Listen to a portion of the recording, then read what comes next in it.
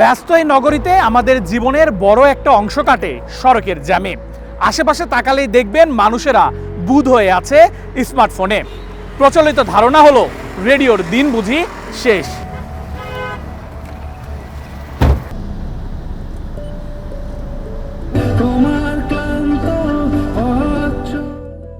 বাংলাদেশ পরিসংখ্যান ব্যুরো 2024 ও 25 সালের সাম্প্রতিক জরিপ নিয়ে এক চমকপ্রদ তথ্য দিয়েছে।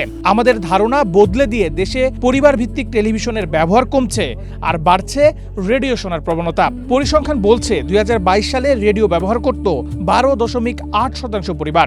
2024 থেকে 25 সালে তা বেড়ে হয়েছে 15.3%। রূপায়ণ lake castle, welcome to the land of piece.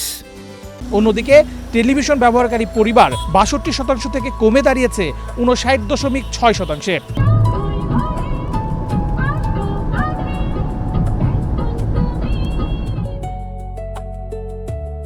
কেন বাড়ছে এই প্রবণতা? এর অন্যতম কারণ আমাদের এই যানজট। রাজধানীর ব্যস্ত সড়কে যারা চলাচল করেন, বিশেষ করে ব্যক্তিগত গাড়ির মালিক বা চালক, তাদের কাছে খবরাখবর আর বিনোদনের সহজ মাধ্যম এখন রেডিও।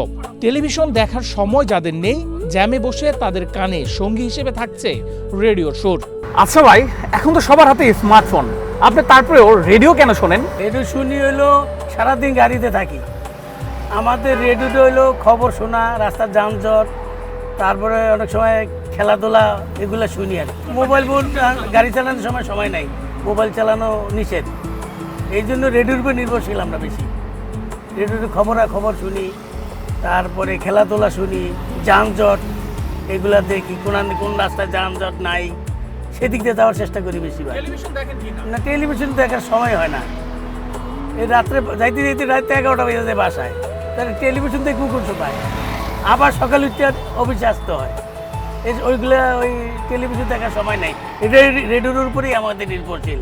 বিবিএস এর এই তথ্য প্রমাণ করে, প্রযুক্তি যতই আধুনিক হোক, কিছু মাধ্যমের আবেদন কখনোই ফুরিয়ে যায় না। সংসদে উত্থাপিত আকারে members of parliament remuneration and allowances amendment bill 2026 অবিলম্বে বিবেচনার প্রস্তাব উত্থাপনের জন্য আহ্বান জানাচ্ছি।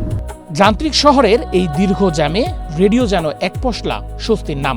যেখানে স্মার্টফোনের স্ক্রিনের চেয়ে কান পেতে রেডিওর আওয়াজ শোনাটাই এখন অনেকের কাছে বেশি স্বাচ্ছন্দ্যের। আজ এখানেই শেষ করছি বাংলাদেশ ও চীনের জনগণের ভালোবাসা ও বন্ধু। নেহাল আহমেদ প্রান্ত, বাংলাদেশ প্রতিদিন।